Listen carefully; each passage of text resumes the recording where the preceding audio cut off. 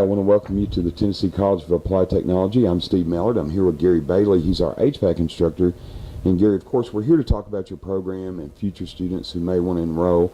And let's kind of cover your program today. When students first get into your room, what do they do? Well, the first thing we do, of course, is safety. We spend a lot of time on safety. We're working around live voltages and refrigerants and even natural gas. So safety's big key. We've spent many hours on safety to start with. And once they complete safety, you move into electrical and tools and things like that? Well, we'll go into tools and the usage, tools, identification of tools, and then we'll go into basic electricity. Because basic electricity is one of the biggest proponents of the troubleshooting process. Okay.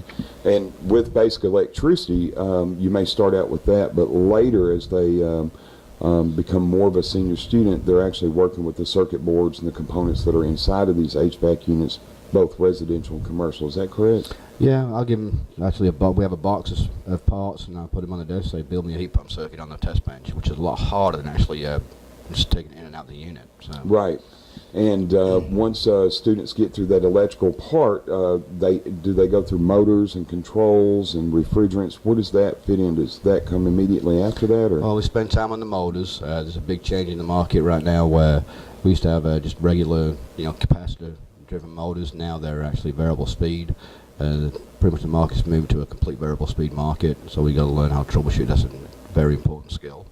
And when we're saying motors, it's not just a traditional HVAC unit that's out in a residential area. I mean, you go over motors that could be commercial grade motors and the different units that are on the market today. Is that correct?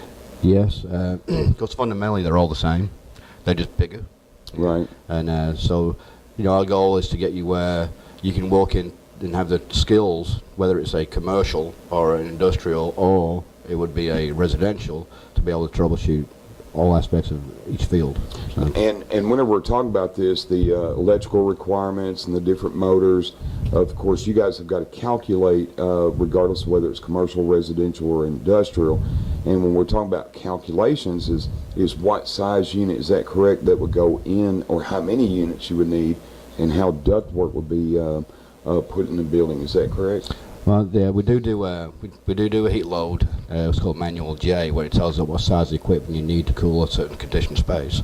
And Manual J, just for people who are listening in, when we're talking about space, it's not just square footage, but it's going to be the cubic feet. Is that correct? Or?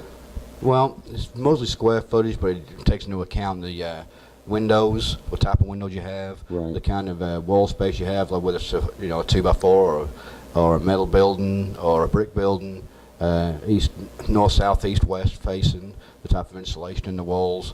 And when you're saying north, south, east, west facing, that's going to be because of the sun and the northerly winds, and then deciding on where that unit's going to go and doing those actual calculations, right? Is that correct? Yeah, and there are better places on houses to put a unit, but at the same time, sometimes you don't have a choice where you got to put it, but you've still got to get the size of the unit to match the house, because an undersized or an oversized unit is very bad for the condition basically called mold, mildew, and lack of comfort.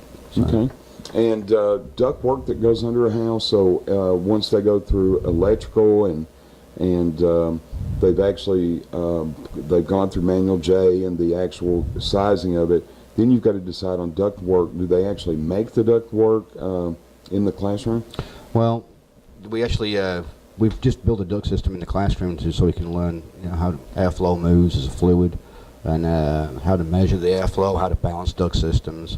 Most of the installing we actually do a few projects for the Habitat for Humanity's houses.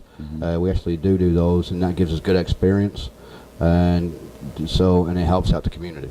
But it actually becomes very technical, because when you look at it, it can look very basic when you talk about electricity, but then it gets more and more technical as the program goes along, correct? Yeah, very much. There's so many different kinds of boards, and all the manufacturers have their own little quirks they do with their brand of equipment. So you've got to figure out, which ones work for which ones, right. And how to troubleshoot. Sometimes you get stuck on one brand, yeah. Right. And but most service technicians have to be able to go across several brands of equipment. And absolutely, because if they go out and they do a service call, they don't know where they're going to land and what it's going to be unless it's a former client or something, correct? Right. Or Exactly. unless they did the install. Mm-hmm. And, you know, just one last thing about the ductwork and manual J and figuring out exactly what you need for an airflow. Even putting the vents inside of a room isn't as simple as I want to vent here or there. Is that correct? No, a lot of people don't seem to realize the registers you see in the floor in your house, for instance. There's actually a maximum airflow, and the grills themselves are actually rated to have a certain amount of spread and throw for the air. And a lot of times you see the decorative grills that people have in their homes, and they don't work. You know, they're not actually. But what you're saying, when you're saying grill, that's for the folks that are watching in. That's the actual grill plate that you'll see in a floor that they're adjusting. And when you say they get the little decorative ones, sometimes it may not be optimal for a house because it could be wasting energy. Yeah, most of the time the decorative ones are not engineered for airflow. They're just engineered to look good. And so actually, there's been places where they have them all over the house and the airflow is poor because it's not able to throw the air properly. And on a piece of equipment, the airflow is probably the most important part. If without good airflow, it won't work properly. Right, and the actual program itself, as they begin to build up and they go through this and they're installing units, and you cover both electrical and gas, and you're going through motors, and then you're getting into the actual components and the boards. Now we've got our ductwork, we've got our ventilation after we figured out the calculations for manual J. Later, as they go through the program, they can learn refrigerant recovery. Is that correct? Yeah, they will get EPA certified to be able to purchase the refrigerants and the equipment. And that's a requirement of the program. That's one requirement that must be met. You know, otherwise, you won't be able to work in the field. So. Absolutely. And in Middle Tennessee, is the HVAC industry growing? Oh, there's a huge demand for service technicians. One of the reasons I actually chose to start teaching was because there was such a lack of service technicians. The market is actually starving for service technicians. And you were in the industry 20 plus years, is that correct? Yes, sir. I've worked in different areas, but mostly 20 plus years in the industry. And techs normally in a commercial or in a commercial environment, do they work in pairs or by themselves, or it's just going to depend? If it's a small unit over a doctor's office, it could be one tech or... Yeah, it entirely depends on the job. You never know what you're going to get into until somebody's diagnosed it. Right. And then at that point you may say, I need some help. You know, we actually have an exit point in the program where you get a certificate to be a mechanical helper. Yeah? And so a lot of guys, they need a helper. You might be the guy helping them get up and down a ladder and hauling compressors. And tools, maybe and such like duct work that's underneath, and things like that. Yeah. Okay. So they could choose that as an exit point and just earn a certificate, is that correct? That's correct. And then they can go on up to earn the diplomas and earn the EPA certification. Yeah, because my goal with the students is to get them out of here as service technicians. And, it's like basic training. You'll get all the fundamentals you need, and then it's up to you to take it further. And then you can grow with that by attending seminars, working in industry, and learning as you go. Yeah, and you can go in so many different directions. You can go into commercial, industrial, residential, all three. You can go into software, networking.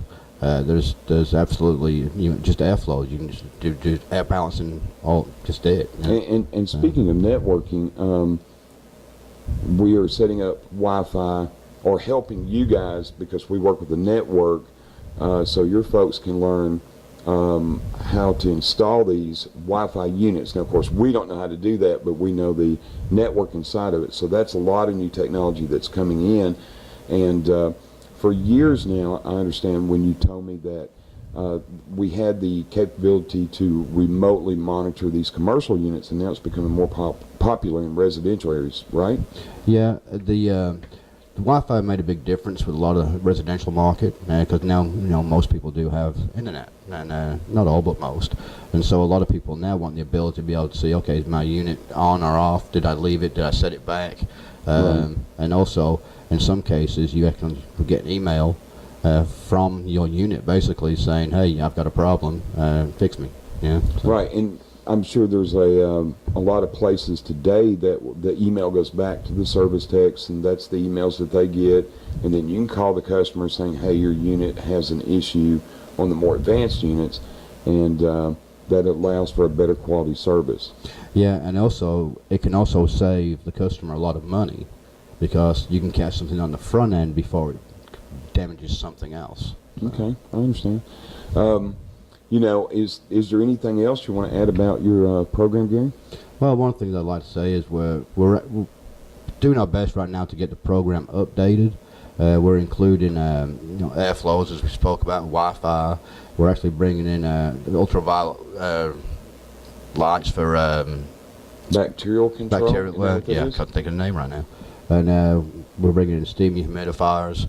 All the stuff that's out there right now that's been used, and a lot of technicians don't like to work on stuff like that because it's out of their comfort zone. So we're trying to get these guys in on the front end to be able to troubleshoot and install those kind of things. So once again, we're trying to increase the value of the student to the potential employer. So they could just be a basic helper and then work their way up to the more complex things. Absolutely. And it seems very, that it could get very technical, especially with the industrial and the commercial stuff. Gary, we want to thank you for taking time out of your day to stop by and talk to the folks here. And that's it, Gary. It was a pleasure. I enjoyed it. Thank you, sir. No problem.